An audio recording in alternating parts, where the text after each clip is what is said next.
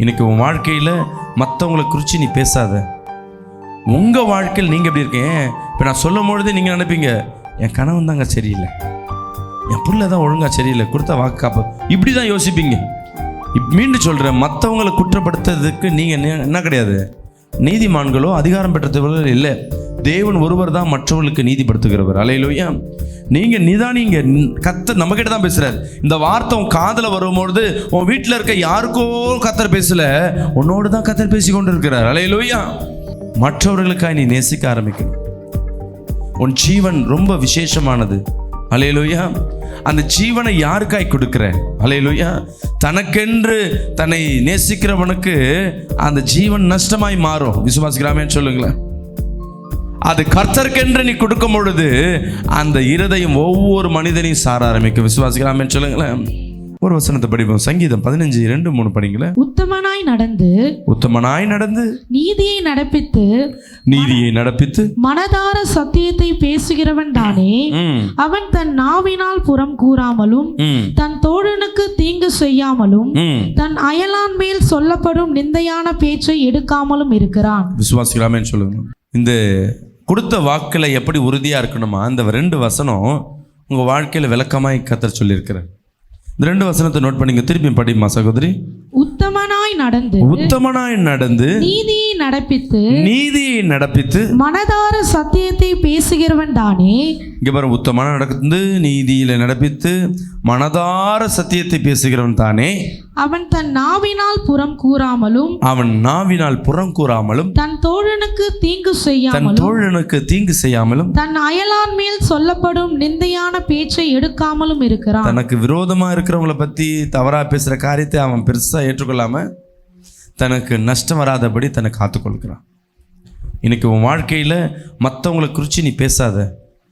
உங்கள் வாழ்க்கையில் நீங்கள் எப்படி இருக்கீங்க? இப்போ நான் சொல்லும் பொழுது நீங்கள் நினைப்பீங்க, என் கணவன் தாங்க சரியில்லை, என் பிள்ளை தான் ஒழுங்காக சரியில்லை, கொடுத்த வாக்கு காப்ப, இப்படி தான் யோசிப்பீங்க. மீண்டும் சொல்கிறேன், மற்றவங்களை குற்றப்படுத்துறதுக்கு நீங்கள் என்ன கிடையாது, நீதிமான்களோ அதிகாரம் பெற்றவர்கள் இல்லை. தேவன் ஒருவர் தான் மற்றவர்களுக்கு நீதிப்படுத்துகிறவர். அல்லேலூயா. நீங்கள் நிதானிங்க. கர்த்தர் நம்மகிட்ட தான் பேசுகிறார். இந்த வார்த்தை உன் காதில் வரும்பொழுது உன் வீட்டில் இருக்க யாருக்கோ கர்த்தர் பேசல, உன்னோடு தான் கர்த்தர் பேசி கொண்டு இருக்கிறார். அல்லேலூயா. விசுவாசிக்கிறாமேன்னு சொல்லுவோமே. முதலாவது திருந்த வேண்டியது நம்ம. விசுவாசியா இருக்க நம்ம திருந்த ஆரம்பிச்சா போதும், கொடுத்த வாக்குல உறுதியா இருந்தா போதும், இந்த இந்திய தேசம் சீக்கிரத்தில் ரட்சிப்பு உண்டாக்கப்படும். கரங்களை திருவிழாமேன்னு சொல்லுவோமே. மத்தேயு 16:25-26 படிங்களேன். தன் ஜீவனை ரட்சிக்க விரும்புகிறவன் அதை இழந்து போவான். என் நிமித்தமாக தன் ஜீவனை இழந்து போகிறவன் அதை கண்டடைவான். ஹல்லேலூயா. என் நிமித்தமாக கத்த சொல்லுகிறார், ஏப்பா எனக்காக உன் ஜீவனை காத்துக்கொள். மற்றவனுக்காய், உன் பொண்டாட்டிக்கா, உன் பிள்ளைக்கா உன் உயிரை வச்சிருக்கிறேன்னா அந்த ஜீவனா இருக்காது, பிரயோஜனமற்றதாக இருக்கும், ஒரு நாள் பிரிஞ்சு போகும். உன் ஜீவனை எடுத்துட்டு என்ன பண்ணு, அதில் நஷ்டம் வராதபடி என் சமூகத்தில் வந்து காத்துக்கொள். யார் ஒருவன் தன் ஜீவனை தனக்குன்னு, அப்பா என் உயிர், என் குடும்பம், என் பிள்ளை, கவனிச்சுங்க, தன்னை மட்டுமே அழகுபடுத்திக்கிட்டு தனக்கு மட்டுமே, யாருக்கு இருக்கோ இல்லையோ வீட்டில் தனக்கு மட்டும் சாப்பிட்டு போய் படுத்துருவாங்க. யாருக்கு இருக்கோ இல்லையோ தனக்கு மட்டும் நல்லதை பார்ப்பாங்க. யார் எப்படி இருந்தாலும் சரி, நான் நல்லா இருக்கேன், அதை மட்டும்தான் யோசிப்பாங்க. நம்மளை நம்பி வந்தவங்க எப்படி இருக்காங்க, நம்ம பிள்ளைங்க எப்படி இருக்கு, பேர பிள்ளை இருக்கேன், என் பிள்ளை நல்லா இருந்தால் சரி, மருமக எப்படி இருந்தாலும் மோசமாக இருந்தாலும் பரவாயில்ல, என் கணவன் நல்லா இருந்தால் சரி, அவங்க அம்மா அப்பா எப்படி இருந்தாலும் கெட்டு போனாலும் சரி. நிறைய நம்ம நினைப்போம், நமக்கு மட்டும், எனக்கு சார்ந்தது மட்டும். உன் வீட்டில் இருக்கிற உனக்குன்னு ஒரு குடும்பத்தை கர்த்தர் கொடுத்துருக்கிறாருன்னா உன் 4 செவரு தான் உன் வீடு. அல்லேலூயா. அதுதான் குடும்பம். இன்றைக்கி எல்லாம் தனி கொடுத்தணும். உன் 4 வீட்டுக்குள்ளே 4 செவருக்குள்ளே எத்தனை பேர் இருப்பீங்கன்னு பார்த்தீங்கன்னா 2 பேர் இருக்கிறதே பெரிய விஷயம். முன்னெல்லாம் கூட்டு குடும்பம் இருந்தது. அந்த வீட்டில் எப்படி இருக்கும், மாடு ஜோடியாக இருக்கும், நாய் ஜோடியாக இருக்கும், ஆடு ஜோடியாக இருக்கும், கோழி குஞ்சுங்க ஜோடியாக இருக்கும், புறாக்கள் குருவி கூடு கட்டியிருக்கும் ஒவ்வொரு வீட்லேயும். காக்கா அந்த வீட்டில் வந்து நிற்கும். வீட்டில் வெறும் சத்தங்களாக தான் இருக்கும். இன்றைக்கி தனியாக ஆகி நாயை சிங்கிளாக வச்சிடுற, மீனை சிங்கிளாக வச்சிடுற. உன் வாழ்க்கை என்ன மாறுது, கணவனை எங்கேயும் அனுப்பிச்சுட்டு நீ சிங்கிளாக இருக்க, இல்லை மனைவி எங்கேயும் அனுப்பிச்சுட்டு நீ சிங்கிளாக இருக்க, இல்லை பிள்ளைய எங்கேயும் அனுப்பிச்சுட்டு நீ சிங்கிளாக இருக்க. இந்த 4 செவுரு தான் உன் வாழ்க்கை. தெரிஞ்சுக்குங்க. மற்றவர்களுக்காக நீ நேசிக்க ஆரம்பிக்கணும். உன் ஜீவன் ரொம்ப விசேஷமானது. அல்லேலூயா. அந்த ஜீவனை யாருக்காய் கொடுக்கிற? அல்லேலூயா. தனக்கென்று தன்னை நேசிக்கிறவனுக்கு அந்த ஜீவன் நஷ்டமாய் மாறும். விசுவாசிக்கிறாமேன்னு சொல்லுங்களேன். அது கர்த்தருக்கென்று நீ கொடுக்கும் பொழுது அந்த இருதயம் ஒவ்வொரு மனிதனையும் சார ஆரம்பிக்கும். விசுவாசிக்கிறாமேன்னு சொல்லுங்களேன். அல்லேலூயா. உன் வீட்டில் விருந்தாளி வந்திருப்பாங்க, விருந்தாளி பிள்ளைங்க வந்திருக்கும். நீ என்ன பண்ணு, என் பிள்ளை சாப்பிட்ருக்கா, அந்த பிள்ளைக்கு மட்டும் எடுத்துன்னு போவ. இன்னொரு பிள்ளை பக்கத்தில் இருக்கும். நீ என்ன சொல்லுவ? நீ தனியாக வா, நான் உனக்கு தரேன். இந்த குடும்பமாக என்ன பண்ணுவாங்கன்னா, கோயிலுக்கு போவாங்க, ஊருக்கு போவாங்க, இல்லை கல்யாணத்துக்கு போவாங்க, இல்லை டூருக்கு கூட போவாங்க, கும்பலாக போவாங்க. ஆனால் இவங்க என்னெல்லாம் இருக்கும், நம்ம பிள்ளை அங்கே விளையாண்டுருக்கோம், அவங்க கூட இருக்கும். நம்ம பிள்ளை என்ன பண்ணின்னு இருக்குன்னு ஏதாவது ஒரு பொருள், இது நல்லா பிடிக்குமே, இந்த சோளம் நல்லா பிடிக்குமே, அப்படியே கட் பண்ணி கிட்ட போய் என் பிள்ளைக்கு நீ மட்டும் சாப்பிடு. பக்கத்தில் இன்னொரு பிள்ளை இருக்கும். நான் சொல்கிறது புரியுன்னு நினைக்கிறேன். உனக்கு உன் பிள்ளைக்கு மட்டும் நீ உன் இருதயத்தை பார்த்தினா நீ கர்த்தருக்கு விரோதமான பிள்ளையாக மாறிட்ட. கர்த்தர் உனக்கு எதிர்த்து நிற்கிறார்.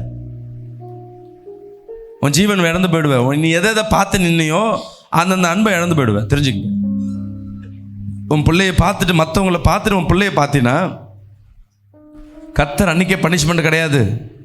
இன்னைக்கு திடீர்னு என் பிள்ளை பேசாமல் எனக்கு விரோதமாக மாறிட்டான்னா என்றைக்கோ ஒரு நாள் உன் பிள்ளைக்கு என்ன பண்ணுவோம், உன் பிள்ளைய மட்டும் நேசிட்டு யாரையாவது ஒருத்தர் என்ன பண்ணியிருப்பேன், தள்ளி வச்சிருப்பேன். அதன் பலன் நீ யோசிக்க வேண்டியதுதான். ஐயோ இன்னைக்கு என் கணவன் என்ன பண்ணல, என் இடத்துல பேசுவேன், அன்பே காட்டல. உன் கணவனுக்கு கொடுக்க வேண்டிய மரியாதை என்ன பண்ணியிருப்ப, எங்கேயாவது இழந்து போயிருப்ப, எங்கேயாவது அவன் இடத்துல தப்பாக பேசியிருப்ப, இல்லை உன் கணவனுக்கு மத்தியில் மரியாதை கொடுத்து மற்றவங்களை இகழ்ந்திருப்ப. சில வீட்டில் உன் கணவனுக்கு எப்படி மரியாதை கொடுக்குறேன்னு நான் சொல்கிறேன் கேளுங்க. வீட்டில் கொடுக்க மாட்டேன், கல்யாண பத்திரிக்கையில் போடலைன்னா வச்சுக்க, அந்த குடும்பத்தில் நான் கல்யாணத்துக்கே வரமாட்டேன். ஏன் என் கணவன் பேர் என் பண்ண வீட்டில் என்ன, நீ உன் கணவனுக்கு மனைவிக்கு வீட்டில் மரியாதை கொடுக்குற தெரியாது. அவர் எங்கே குப்பை கொட்டுற வேலை, கார்ப்பரேஷன் அப்படின்னு போட சொல்லுவாங்க. கார்ப்பரேஷன் என்ன வேலை செய்கிறாரு, குப்பை கொட்டுறாரு. எங்கள் வீட்டுக்கார கார்ப்பரேஷன், எல்லார் பேரும் வருது, என் கணவர் பேர் வருதா? அந்த பிகாம் போட்டு ஒரு கீழே கோடு என்னன்னா அவர் ஃபெயில். அதுக்கு என்ன அர்த்தம், ஃபெயில் ஆனவர் அவர். ஆனால் அது கீழே கோடு என்ன, படிச்சுனே இருக்காங்க. விசுவாசிக்கிறாமேன்னு சொல்லுமே. படிச்சுட்டாங்கன்னா அந்த கல்யாண பத்திரிகையில் தான் அவன் பெருமை இல்லை, அதெல்லாம் பெருமை. யார் யார் தன் ஜீவனுக்காய் நீ போராடுகிறாயோ அதை இழந்து போவாய். அல்லேலூயா.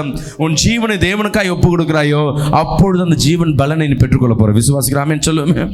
அல்லேலூயா. என் பேரில் என் போட்டியா, என் ஊர் பேர் போட்டியா. இந்த பத்திரிக்கையை பார்த்தீங்கன்னா சில பேர் பார்த்தீங்கன்னா பின்னாடி 2 பக்கம் இருக்கும், அடிஷ்னல் பேப்பர் வாங்கின மாதிரி 2 பக்கம் இருக்கும், மாமா மச்சான். அதில் 2 பேர் என் பேர் ஏன் முதல்ல வரல. உண்மையாக அன்பு இருக்கும், பேரில் போடுறதில்ல. நீ பேர் போட்டாலும் போடலனோ உனக்கு நான் செய்ய வேண்டியது செய்கிறேன்னு சொல்கிறவங்க தான் உண்மையான அன்பு. இன்றைக்கி எல்லாம் கௌரவத்துக்காய் செய்கிறாங்க. என்னை கனப்படுத்திட்டாங்க, செஞ்சாகணும். ஆமீன். அன்பு தேவ பிள்ளைய, ஜீவனுக்காக நீ போராடுற, நான் ஓன் ஜீவனுக்காய் நீ போராடுறனா தோற்று போயிடுவேன். இன்றைக்கி சொல்லுங்கள், கரங்களை வச்சு சொல்லுங்கள், நெஞ்சில் வச்சு சொல்லுங்களேன், ஆண்டவரே என் ஜீவனுக்காய் இல்லை, என் தேவனுடைய ஜீவனுக்காய் நான் போராடுறேன். அல்லேலூயா, அல்லேலூயா.